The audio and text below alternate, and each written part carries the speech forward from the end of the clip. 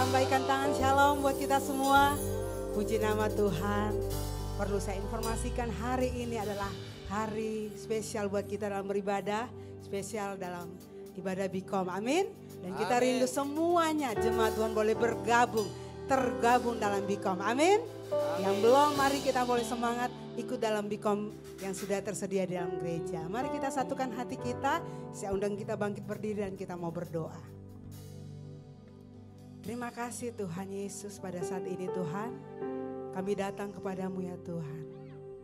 Dengan segenap hati kami, dengan segenap jiwa kami, dengan segenap kekuatan kami Tuhan. Kami masuk dalam hadirat-Mu, berkati ibadah ini Tuhan, dari awal sampai akhirnya. Dalam nama Tuhan Yesus, kami siap memuji, mengagungkan nama-Mu yang besar. Haleluya, amin. Silakan duduk jemaat Tuhan.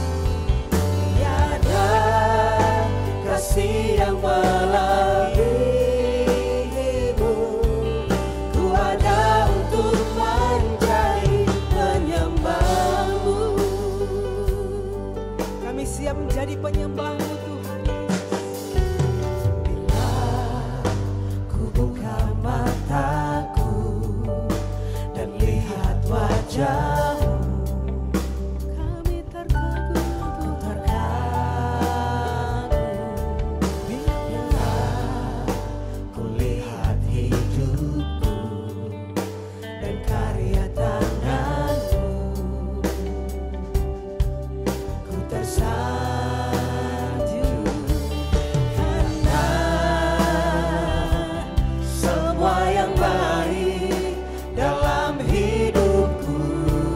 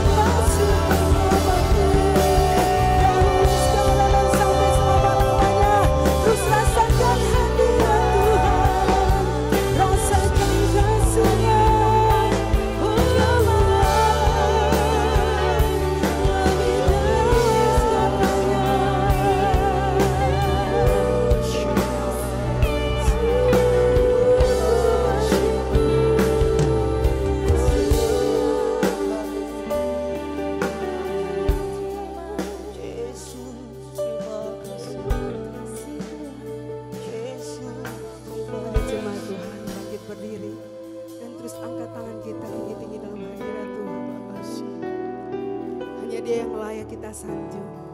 Dahulu sekarang dan sampai selama-lamanya Yesus. Terima kasih Tuhan. Ini setiap kami.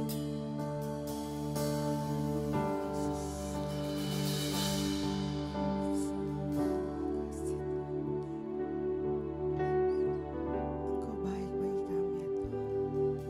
Engkau perkasa bagi kami Yesus. Mari nyatakan. Ku sanjung kau di tempat tinggi, sebab Engkau Imam besar agung. Ku sanjung kau lebih dari yang lain. Kami datang dan ku datang menyembah-Mu Tuhan. Segenap kekuatan-Mu,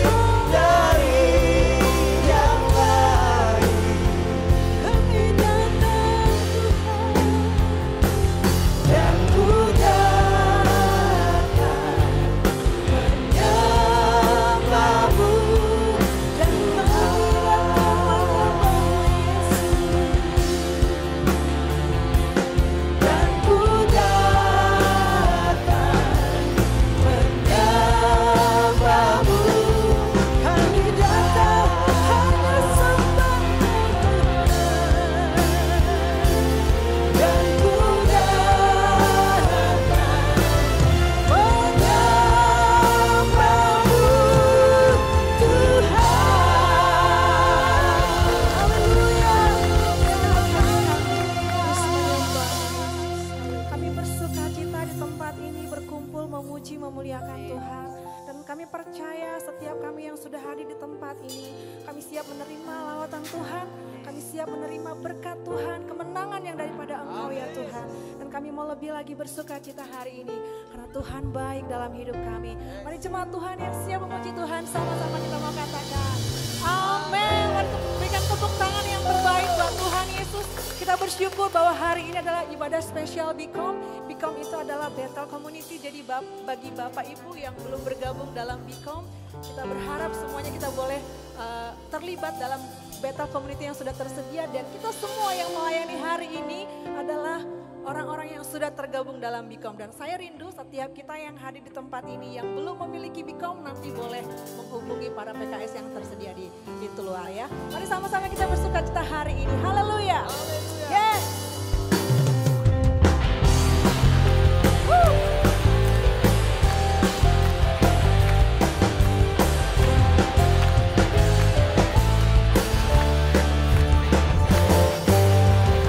Karyamu mempesonaku, kau angkatku dari kelam, kasih tulus memberi warna.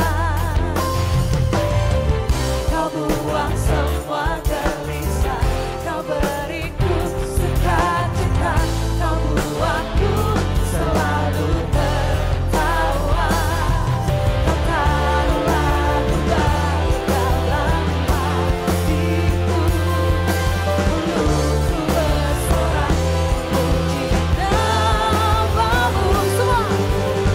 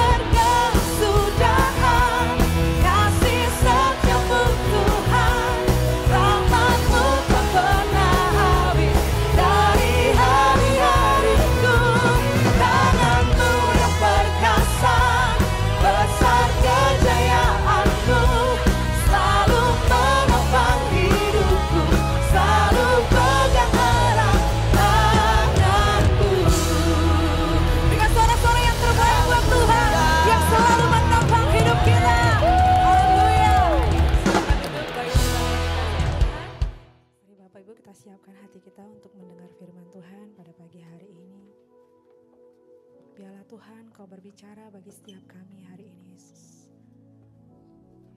Kami siap Tuhan untuk menjadi pelaku-pelaku firman-Mu Tuhan Yesus. Terima kasih Tuhan. Ini setiap hidup kami.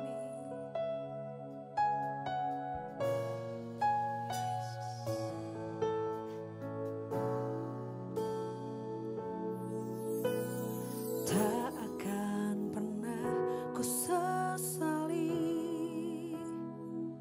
mengiring Yesus sepanjang hidupku, lewati lembah air mata,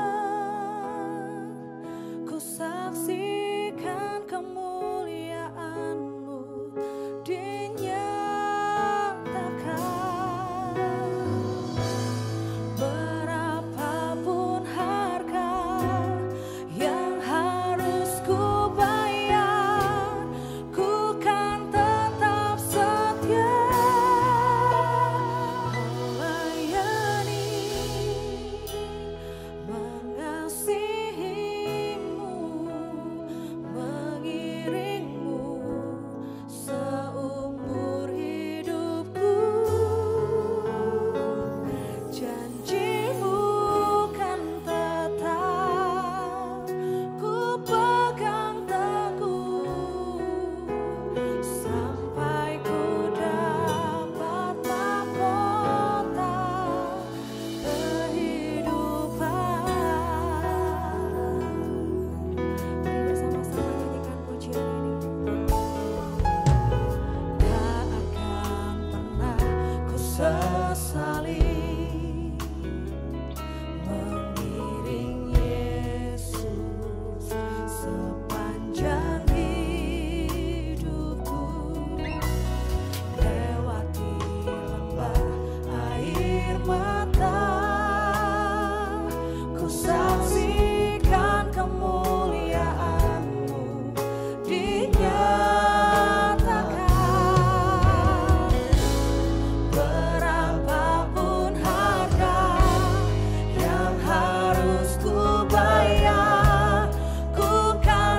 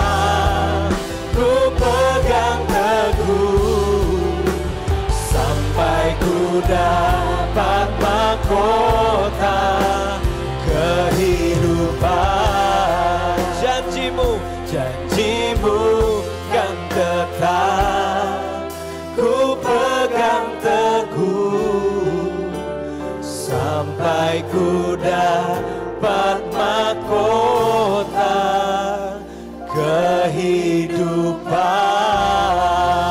Berikan sorak-sorai kemuliaan bagi Yesus Tuhan kita. Haleluya.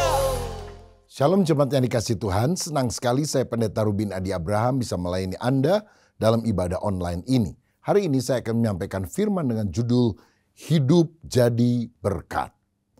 Matius pasal 5 ayat 13-16 berbunyi demikian.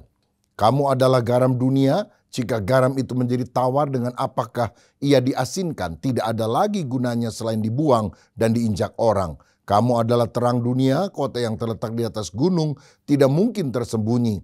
Lagi pula orang tidak menyalakan pelita, lalu meletakkannya di bawah gantang, melainkan di atas kaki dian, sehingga menerangi semua orang di dalam rumah itu. Demikianlah hendaknya terangmu bercahaya di depan orang, supaya mereka melihat perbuatanmu yang baik dan memuliakan Bapamu yang di sorga. Amin. Saudara sekalian, Tuhan ingin hidup kita menjadi berkat, berdampak positif bagi orang-orang yang ada di sekitar kita. Dengan demikian, Bapa Sorgawi akan dimuliakan. Satu kali ada percakapan antara seekor babi dan seekor sapi. Babi mengeluh, rupanya dia stres kepahitan sama makhluk yang namanya manusia. Dan dia bilang begini kepada sapi, Pi, tahu nggak, saya itu jengkel banget sama makhluk yang namanya manusia. Karena semua yang jelek tentang mereka selalu dihubungkan dengan saya. Kalau anaknya malas, dia bilang kamu kok malas kayak babi. Kalau suaminya suka tidur ngorok atau suaminya jorok, dia bilang kamu itu sering mendengkur dan jorok kok kayak babi. Atau kalau istrinya gemuk sekali, suaminya ngomong, kamu itu kok makin gembrot kayak babi. Semua yang jelek dihubungkan dengan saya. Padahal saya ini kan bermanfaat bagi manusia. Orang kadang suka makan sate babi atau bakut sayur asin. Kalau orang Tionghoa melamar untuk anaknya, dia akan bawa kaki babi. Mendengar itu si sapi tersenyum dan dia berkata, memang benar Bi, kamu itu bermanfaat bagi manusia. Jadi sate babi dan sebagainya setelah kamu mati. Kalau aku ini bermanfaat bagi manusia selagi aku masih hidup. Aku suka disuruh narik gerobak yang berat, susuku diperah untuk diminum oleh anak-anak mereka supaya mereka jadi sehat. Nah saudara, dari cerita ini kita mengambil kesimpulan bahwa kalau kita masih hidup, kita harus jadi berkat, memberi nilai tambah, manfaat positif bagi orang di sekitar kita. Nah karena itu, dalam bidang apa saja kita harus menjadi berkat? Pertama, kita harus menjadi berkat dalam keluarga. Dalam Lukas 3 ayat 23, dikatakan ketika Yesus memulai pekerjaannya, ia berumur kira-kira 30 tahun dan menurut anggapan orang ia adalah anak Yusuf, anak Eli. Nah saudara, kita melihat bahwa Yesus melayani ketika dia sudah berusia 30 tahun. Dia hanya melayani 3,5 tahun. Kemudian dia mati, bangkit, naik ke sorga. Tetapi 30 tahun sebelumnya, dia pertama-tama harus mengurusi keluarganya dulu. Apalagi setelah ayahnya yang bernama Yusuf meninggal dunia. Karena tidak diceritakan lagi setelah Yesus berusia 12 tahun ketika dia dibawa ke bait Allah. Maka sebagai anak sulung dalam keluarga itu dia bertanggung jawab untuk bekerja, membesarkan adik-adiknya, menjaga ibunya. Saudara, itulah peranan Yesus di dalam keluarga. Dia menjadi tulang punggung keluarga, dia jadi berkat bagi keluarga. Bahkan di atas kayu salib, dia menitipkan ibunya kepada Yohanes. Dia berkata, inilah ibumu dan ibu inilah anakmu. Dia tidak ingin ibunya itu terlantar setelah Yesus meninggal dunia atau setelah naik ke sorga bahkan. Saudara, jadi Yesus sangat mempedulikan keluarga. Dalam 1 Timotius 5 ayat 8 firman Tuhan berkata, Tetapi jika ada seorang yang tidak memeliharakan sanak saudaranya, apalagi seisi rumahnya, orang itu murtad dan lebih buruk dari orang yang tidak beriman. Saudara, walaupun kelihatannya kita pelayanan, kita rajin di gereja, tapi kalau kita tidak peduli kepada keluarga kita lebih jelek dari orang yang tidak percaya. Ini menunjukkan betapa pentingnya pelayanan itu dimulai dari keluarga. Bukan di gereja, bukan di lingkungan. Ada ungkapan berkata, charity begins at home. Kebajikan itu berasal dari rumah tangga. Apa yang kita lakukan di dalam keluarga kita, itulah yang kita kemudian akan lakukan di luar.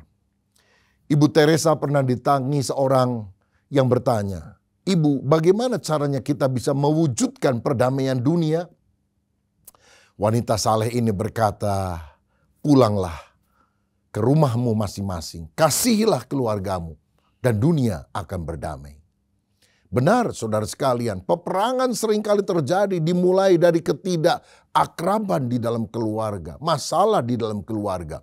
Tetapi kalau kita hidup di dalam lingkungan yang terdekat, di dalam keluarga kita, maka di lingkungan pekerjaan, di lingkungan pelayanan, di lingkungan sosial kita berdamai. Akibatnya kalau keluarga damai, pada akhirnya negara pun akan berdamai. Maka kita harus menyatakan kasih pertama-tama di dalam keluarga kita masing-masing. Yesus sendiri dalam Yohanes 13 ayat 35 pernah berkata, "Dengan demikian semua orang akan tahu bahwa kamu adalah murid-muridku, yaitu jikalau kamu saling mengasihi." Dan di manakah kasih itu pertama-tama harus dipraktekkan? Tentu di dalam lingkungan keluarga kita terlebih dahulu sebelum kita mempraktekannya ke tempat yang lain. Saudara, kasih dalam keluarga bisa diwujudkan misalnya dengan sopan santun, saling tolong menolong antara adik dan kakak, antara orang tua dan anak. Bukannya terus bertengkar, ribut aja, suami istri ribut. Sampai ketika lagi suaranya rame, ribut, bermaki satu dengan yang lain. Tiba-tiba ada pendeta besuk ke rumah itu. Tok, tok, tok, tok. Begitu dibuka, istrinya kaget karena Pak Pendeta datang. "Oh, Pak Pendeta, tumben datang ke sini. Mari Pak, silakan masuk." Dan pendeta bertanya, "Tadi saya dengar ada ribut-ribut suara ibu dan bapak. Apakah kalian sedang bertengkar?" Keduanya saling memandang dan suami berkata, "Oh tidak Pak Pendeta, kami ini latihan. Siapa tahu nanti disuruh drama Natal, kami sudah siap sedia," katanya. Inilah orang-orang yang kadang-kadang tidak menunjukkan sikap yang benar di dalam rumah. Dan perbuatan ini tentu akan memalukan kita kalau dilihat. Nah saudara sekalian, sikap kasih di dalam keluarga juga harus dinyatakan. Ketika setiap anggota keluarga tidak menyalah-nyalahkan satu dengan yang lain.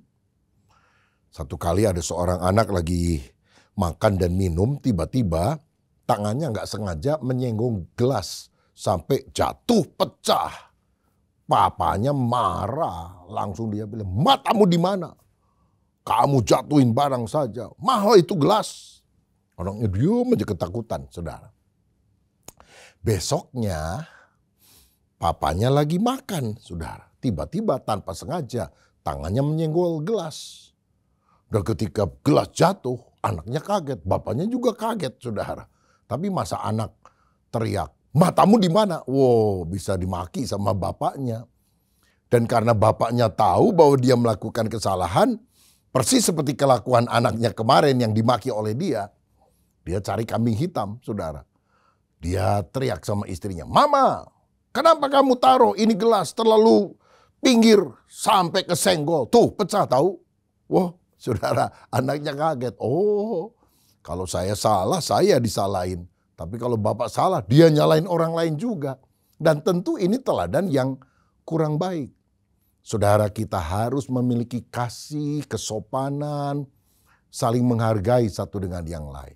Lakukanlah tanggung jawab kita masing-masing. Suami harus menjadi kepala keluarga, menjadi imam. Dia adalah pemimpin di dalam keluarga.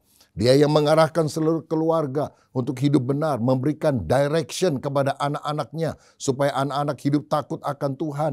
Dia juga harus mengajak keluarganya datang kepada Tuhan, mengajak untuk beribadah, berdoa bersama, mengarahkan sesuai dengan firman Tuhan. Istri adalah penolong. Dia harus mensupport suaminya di dalam segala hal. Tapi dia juga harus tunduk kepada suami. Apakah ada istri yang lebih pintar dari suaminya? Tentu saja. Tetapi istri harus memberikan masukan-masukan. Tapi izinkan suami tetap membuat keputusan. Sebab kalau tidak, maka istri berpikir dia nggak butuh suami. Dia saja membuat keputusan sendiri.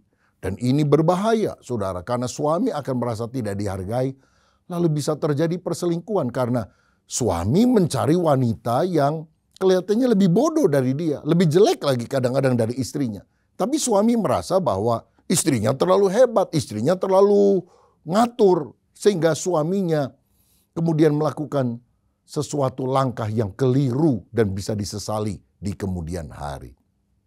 Ada yang berkata bahwa suami itu seperti lokomotif yang jalan di depan. Sedangkan keluarga adalah gerbongnya yang mengikuti kemana saja perginya lokomotif itu. Tapi ada yang nyeletuk. Ya, suami adalah lokomotif, tapi istri adalah masinisnya. Wah, ini bahaya saudara sekalian. Jadi istrinya ngatur semuanya. Tuhan mau agar kita menyadari ada peran masing-masing. Suami kepala, istri adalah penolong, ibarat leher yang menopang kepala, dan anak-anak mengikuti tuntunan dari orang tua. Saudara, orang tua juga harus mengasihi dan mendidik anak-anaknya sehingga mereka hidup takut akan Tuhan. Seperti Yesus mencintai anak-anak, memberkati anak-anak yang ada dan menumpangkan tangan atas mereka. Sehingga anak-anak di dalam keluarga menjadi anak-anak yang taat dan hormat. Saudara, saya berharap supaya dalam keluarga kita ada kasih mesra. Kata-kata kasar, makian dari suami, janganlah terdengar. Bantahan-bantahan dari istri, janganlah itu muncul dalam kehidupan. Anak-anak yang berontak kepada orang tua, kiranya itu berlalu dari keluarga kita. Bagaimana kalau suami takut akan Tuhan, istri tunduk dan taat, anak-anak hidup sesuai dengan arahan orang tuanya. Bahkan bisa ngobrol satu dengan yang lain, berkomunikasi dengan baik. Maka keluarga kita akan menjadi keluarga yang rukun. Dan kita, setiap orang harus jadi berkat bagi keluarga. Suami menyediakan nafkah bagi istri dan anak-anak. Istri melayani dengan menyediakan misalnya makanan yang enak, kemudian rumah yang rapi. Anak-anak jangan hanya mau makan tidur saja di rumah, tetapi belajar saling tolong-menolong, menolong adik, membantu juga mama ketika membereskan rumah misalnya. Sehingga akibatnya setiap pribadi menjadi berkat di dalam keluarga. Yang kedua, saudara, Tuhan juga memanggil kita untuk menjadi berkat di tempat kerja. Karena kita adalah garam dan terang dunia. Kita harus menerangi lingkungan sekitar kita sehingga orang memuliakan Bapa yang ada di sorga. Saudara, kerja adalah hakikat manusia. Manusia diciptakan untuk bekerja. Bekerja itu bukan dosa. Karena perintah untuk bekerja telah diberikan oleh Tuhan kepada manusia sebelum manusia jatuh dalam dosa. Memang dosa menyebabkan kelelahan di dalam bekerja. Ada banyak masalah di dalam kerja. Tetapi kerja itu sendiri bukan dosa. Apalagi kita memiliki sikap yang benar di dalam bekerja tersebut. Efesus 6 ayat 5-8 berkata, "Hai hamba-hamba, taatilah Tuhanmu yang di dunia dengan takut dan gentar dan dengan tulus hati, sama seperti kamu taat kepada Kristus. Jangan hanya di hadapan mereka saja untuk menyenangkan hati orang, tetapi sebagai hamba-hamba Kristus yang dengan segenap hati melakukan kehendak Allah. Dan yang dengan rela menjalankan pelayanannya seperti orang-orang yang melayani Tuhan dan bukan manusia. Kamu tahu bahwa setiap orang, baik hamba maupun orang merdeka, kalau ia telah berbuat sesuatu yang baik, ia akan menerima balasannya daripada Tuhan." Saudara, Tuhan mau kita bekerja dengan baik. Kalau kita adalah hamba, karyawan di sebuah perusahaan, kita harus melakukannya seperti untuk Tuhan dan bukan untuk manusia. Itu berarti kita harus memiliki pekerjaan yang berkualitas.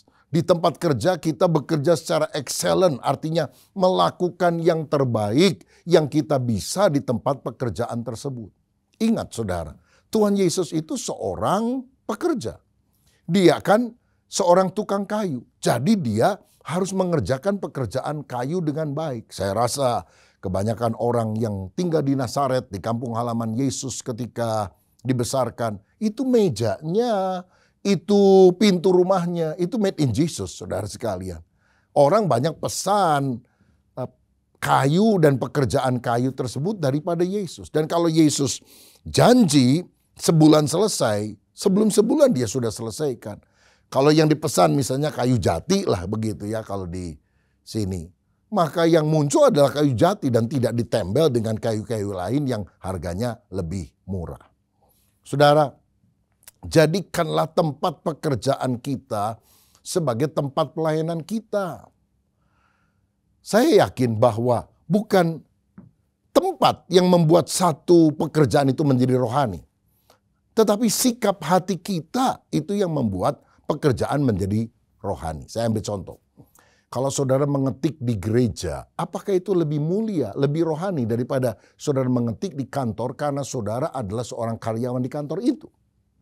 Kalau saudara membersihkan gereja, apakah itu lebih mulia daripada membersihkan rumah? Kalau saudara menghitung uang persembahan yang diberikan oleh jemaat di gereja, apakah itu lebih rohani? Kalau saudara menghitung uang orang karena saudara adalah kasir di sebuah bank. Saya percaya bahwa bukan tempatnya, di mananya yang membuat pekerjaan itu rohani, tapi sikap hati kita. Kalau kita melakukan dengan sukacita, sepenuh hati, berkualitas, maka kita menjadikan pekerjaan yang biasa itu memiliki nilai rohani. Karena kita mengerjakan sepenuh hati seperti untuk Tuhan dan bukan untuk manusia. Di dalam pekerjaan juga kita harus memiliki sikap yang baik. Seperti Yesus selalu positif, bersukacita, rajin di dalam pekerjaannya. Dia tidak suka mengeluh, tetapi dia melakukan pekerjaannya untuk menolong orang lain, menafkahi keluarganya. Dan dia juga mau membantu, menolong orang-orang yang susah. Ini kan nampak misalnya dalam kisah bagaimana ketika tetangganya kehabisan anggur, maka Yesus membuat mujizat, mengubah air biasa menjadi air anggur. Dia adalah seorang yang suka menolong orang lain dan senang melihat orang terbantu karena apa yang dia kerjakan. Saudara sekalian, satu kali ada seorang yang kita sebut namanya Billy begitu, bekerja di sebuah perusahaan yang baru saja dia masuki. Ini hari pertama mereka. Dia belum kenal orang-orang yang ada. Dan ketika jam istirahat mereka pergi ke kantin, dia makan sendiri. Orang-orang yang lain juga makan di mejanya masing-masing, gak peduli satu dengan yang lain. Tiba-tiba ada seorang mendekati dia memperkenalkan diri. Kamu karyawan baru di sini ya? Kenalkan, nama saya Rick. Boleh saya duduk mendampingi Anda? Oh, tentu saja. Silakan, kata Billy. Lalu Rick ini cerita tentang situasi pekerjaan. Dia juga memberikan saran-saran. Kalau kamu kurang ngerti pekerjaan, kamu bisa tanya kepada orang lain, kepada saya juga oke. Lalu dia panggil beberapa temannya. Ini kenalin nih. Ini karyawan baru namanya Billy. Kamu bantu dia ya kalau dia perlu sesuatu untuk ditanyakan. Dan akhirnya Billy merasa senang karena merasa diterima di kantor tersebut. Dan waktu dia pulang ke rumah, istrinya tanya, "Bagaimana, Pap? Suasana kantor kamu, tempat kerja kamu, di hari pertama kamu bekerja?" Billy berkata, "Saya kira saya tadi berjumpa dengan seorang Kristen di tempat kerja." "Oh ya? Apa dia bilang dia orang Kristen? Pergi ke gereja mana?" "Oh tidak, dia bahkan tidak ngomong tentang agamanya. Tapi dari sikapnya, dari keramah tamahannya, dari sikap suka membantunya, saya tahu dia pasti seorang anak Tuhan." Wow, luar biasa. Inilah yang dimaksudkan, hendaklah terangmu bercahaya di depan orang sehingga mereka melihat perbuatanmu yang baik dan memuliakan Bapamu yang di sorga. Saudara, kejujuran juga harus kita miliki di tempat kerja. Seperti Yesus, jujur. Dia tidak pernah mencuri, dia tidak pernah korupsi. Dan Tuhan juga mau kita menjadi orang-orang yang bisa dipercaya. Yesus pernah berkata, jika seorang tidak bisa dipercaya dalam hal mamon yang tidak jujur dalam soal uang, materi, bagaimana Allah akan memberikan pekerjaan yang lebih bertanggung jawab kepada dia? Bagaimana Tuhan memberikan harta abadi kepada dia? Artinya kita harus memiliki hati yang tulus dan jujur. Saya membaca ada sebuah eksperimen etika sederhana yang dilakukan seseorang. Jadi dia mengiklankan suatu iklan di koran di kota New York dan New Jersey. Yang intinya adalah begini, dibuka lowongan untuk menjadi montir listrik yang ahli menggunakan konektor sontak. Silakan hubungi nomor ini. Dalam beberapa hari kira-kira ada 170 lamaran yang masuk. Dan orang-orang itu menulis, saya pakarnya, saya ahli, termasuk menggunakan konektor sontak.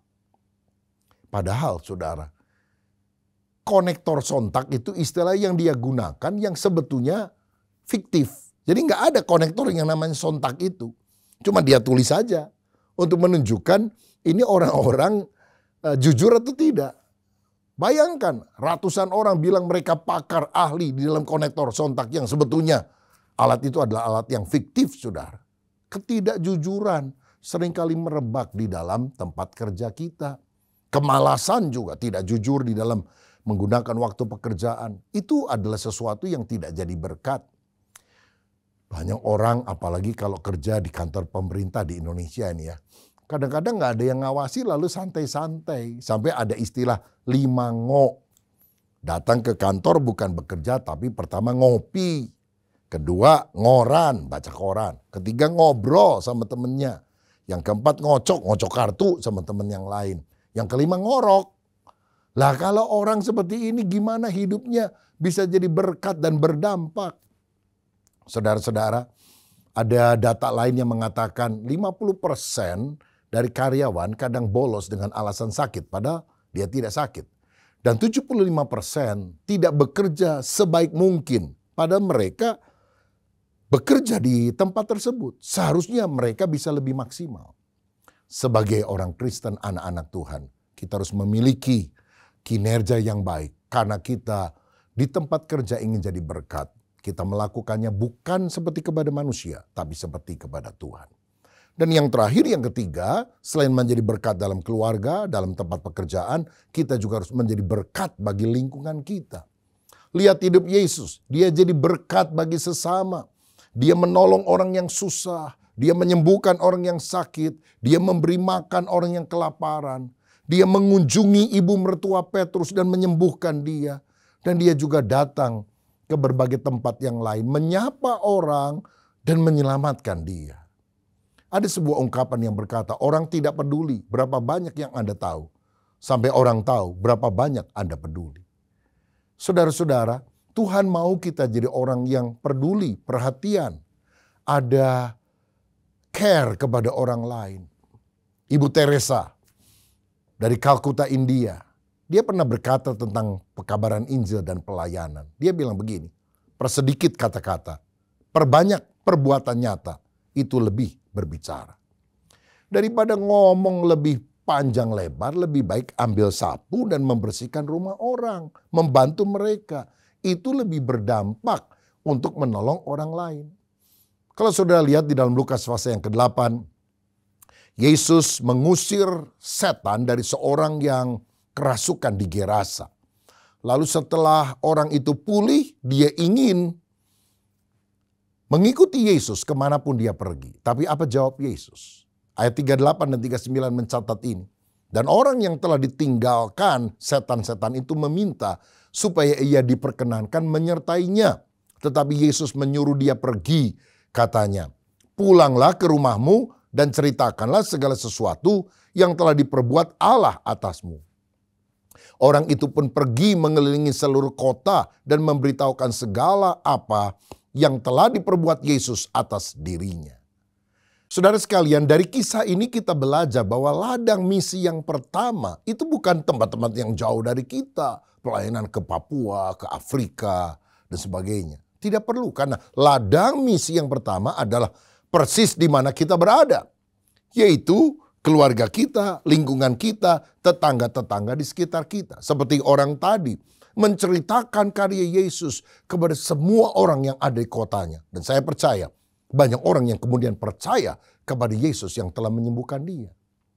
Saudara-saudara, makanya kita harus melakukan sesuatu yang positif bagi lingkungan kita. Kalau ada orang yang susah di lingkungan kita, mari kita mengulurkan tangan kepada mereka. Ya mungkin sederhana saja, memberi mereka sembako misalnya.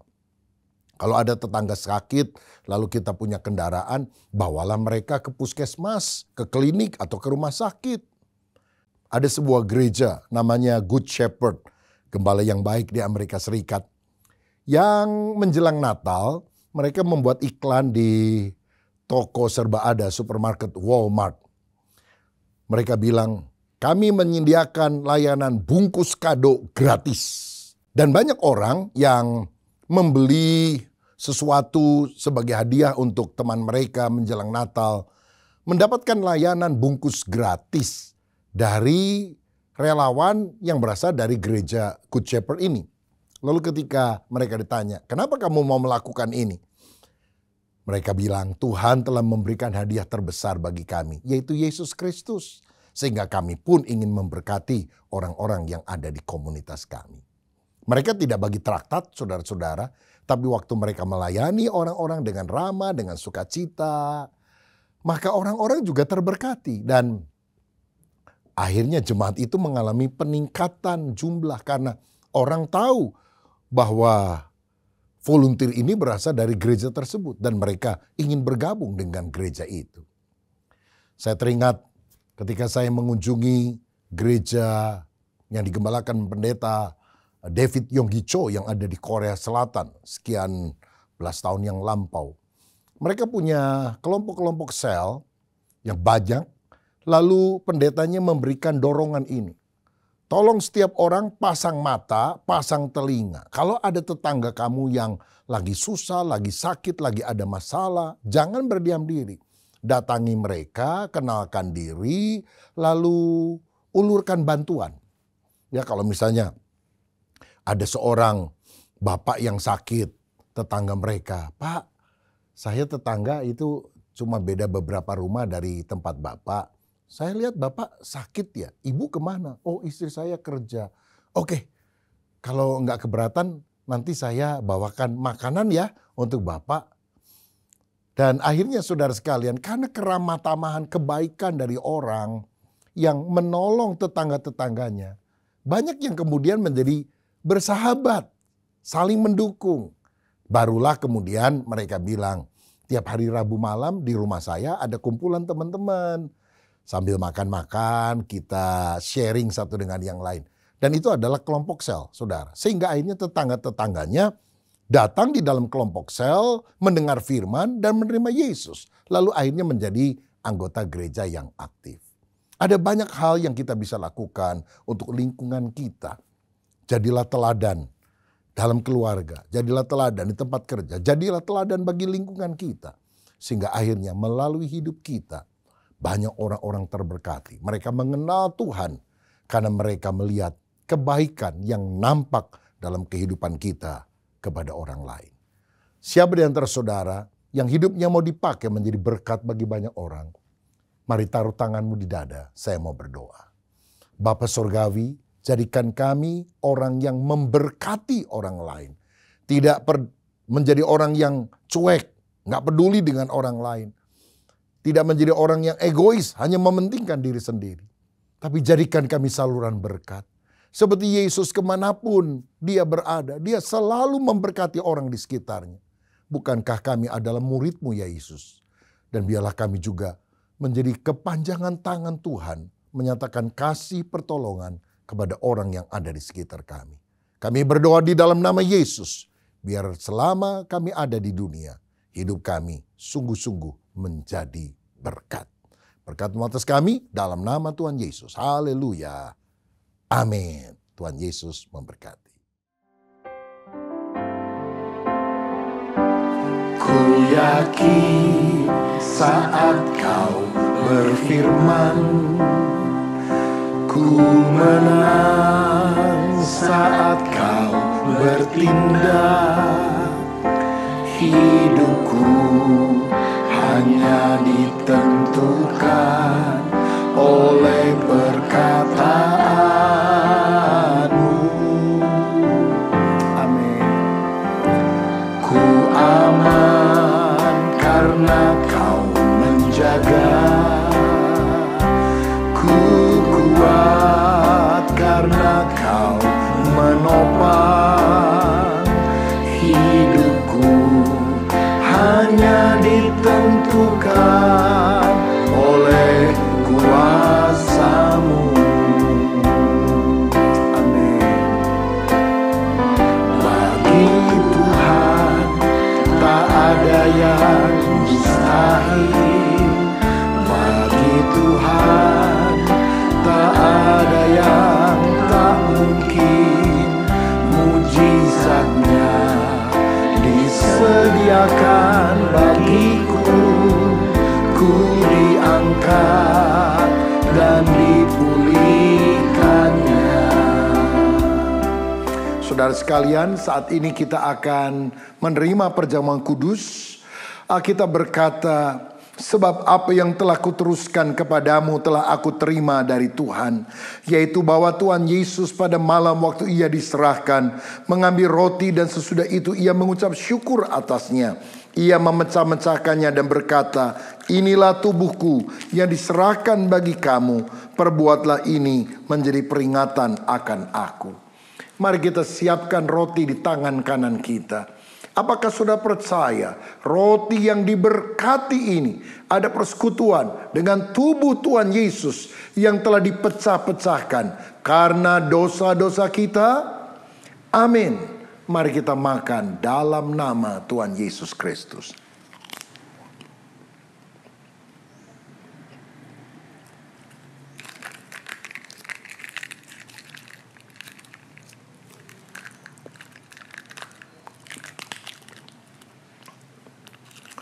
Selanjutnya firman Tuhan berkata, demikian juga ia mengambil cawan sesudah makan, lalu berkata, cawan ini adalah perjanjian baru yang dimateraikan oleh darahku. Perbuatlah ini setiap kali kamu meminumnya menjadi peringatan akan aku. Sebab setiap kali kamu makan roti ini dan minum cawan ini, kamu memberitakan kematian Tuhan sampai ia datang. Apakah sudah percaya anggur yang sudah diberkati adalah persekutuan dengan darah Tuhan Yesus Kristus yang telah dicurahkan untuk menebus kita dari segala dosa? Amin. Mari kita minum dalam nama Tuhan Yesus. Terima kasih Tuhan untuk kebaikan-Mu, untuk penebusan-Mu, untuk apa yang sudah Engkau lakukan. Biar hidup kami selalu bergantung kepada kebenaran firman-Mu. Bagi Tuhan tak ada yang mustahil. Bagi Tuhan tak ada yang tak mungkin. Mujizatnya disediakan bagiku, ku diangkat dan dipulihkannya. Ku diangkat dan dipulihkannya. Ku diangkat dan dipulihkannya. Bapa, terima kasih untuk firman-Mu, juga terima kasih untuk perjamuan kudus. Di dalam nama Yesus, amin. Mari saudara-saudari kita satukan hati dan kita berdoa. Tuhan, kami mengucap syukur dan berterima kasih ya Tuhan buat pagi hari ini. Kami percaya tidak ada yang terjadi secara kebetulan. Kalau hari ini Tuhan masih memanggil kami, mengumpulkan kami di tempat ini untuk bersekutu bersama mendengar firman-Mu. Pasti ada maksud dan rencana Tuhan buat setiap hidup kami. Karena itu Tuhan, saat ini kami menyatukan hati dan berdoa, membawa gereja ini Tuhan ke dalam tangan-Mu saja. Mari Tuhan, Kau yang memulai gereja ini dan Kau yang akan meneruskannya Tuhan. Supaya kehendak-Mu, rencana-Mu boleh digenapi atas gereja-Mu di Kedoya ini. Kami rindu ya Tuhan, kami boleh terus bertumbuh. Kalau hari ini kami boleh diingatkan kembali akan pentingnya komunitas sel Tuhan. Biarlah setiap kami mau Tuhan ambil bagian, supaya kami mau terus dimuridkan, bahkan juga memuridkan, karena itu adalah amanat agung yang Tuhan mau kami semua jalankan. Mari Tuhan, beracaralah, kami berdoa, kami merindukan Tuhan. Ada gerakan yang dari Tuhan menyalakan setiap bikom-bikom yang ada di Kedoya ini boleh terus bertumbuh, bermultiplikasi, supaya terus melahirkan murid-murid yang cinta Yesus, boleh terus mengabarkan Injil, bahkan banyak memenangkan jiwa, karena itu akan menyenangkan hati-Mu Tuhan. Dan kami percaya Tuhan, kami ada di tempat ini untuk menyembah Engkau, menyenangkan hati-Mu. Biar itu jadi motivasi kami Tuhan, untuk terus mempersembahkan yang terbaik hanya bagi-Mu. Kami juga saat ini berdoa buat semua pemimpin rohani kami, gembala kami Tuhan. Mulai dari Pak Julius Ishak, Pak Rubin Adi, Pak Suwito dan Pak Suryanta. Tuhan, kami berdoa Engkau yang terus menopang, memelihara Tuhan setiap para pemimpin rohani ini Tuhan. Kau beri mereka kesehatan, juga berikan kesatuan hati, visi, dan hikmat yang dari Tuhan. Untuk mereka boleh Tuhan terus memimpin dan mengembalakan jemaat Tuhan, dimanapun Tuhan percayakan di dalam nama Tuhan Yesus. Dan saat ini kami juga tidak lupa Tuhan, terus berdoa untuk setiap ibadah yang ada di Kedoya ini, mulai dari Battle Kids, Battle Teens, Battle Youth, dan juga jemaat umum. Kami berdoa Tuhan, hadirat Tuhan, lawatan Tuhan, biar itu yang senantiasa memenuhi setiap ibadah yang diadakan. Karena kami percaya Tuhan, saat kami meninggikan Engkau dan hadirat-Mu sendiri Tuhan, itu yang akan menarik banyak jiwa Tuhan, sehingga gereja ini boleh terus bertumbuh. Dan kami juga tidak lupa berdoa buat bangsa dan negara kami yang tercinta, Indonesia. Tuhan, mari Engkau mau curahkan damai sejahtera Tuhan atas bangsa ini Tuhan, juga atas kota Jakarta ini. Bahkan kalau bulan Oktober nanti akan ada peralihan ke pemerintahan yang baru, Tuhan mari Engkau tetap campur tangan ya Tuhan, dan biar kehendak Tuhan yang terjadi Tuhan. Kami rindu Engkau yang memimpin Tuhan, para pemimpin yang Tuhan sudah percayakan di negeri ini, dan biar Tuhan Kau juga taruh orang-orang-Mu Tuhan untuk boleh ikut berkontribusi Tuhan di negara ini, biar rencana Tuhan digenapi atas Indonesia. Terima kasih Tuhan, di dalam nama Tuhan Yesus kami naikkan seluruh doa ini dan kami percaya Tuhan yang kami sembah, Tuhan yang maha kuasa, dan biar kehendak Tuhan saja yang jadi. Haleluya, amin. Mari kita angkat kedua tangan kita dan terima berkat daripada Tuhan.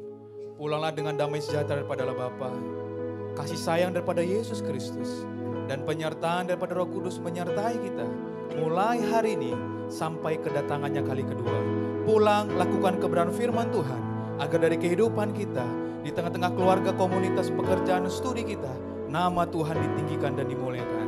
Di dalam nama Tuhan Yesus, yang percaya mari sama-sama katakan, amin.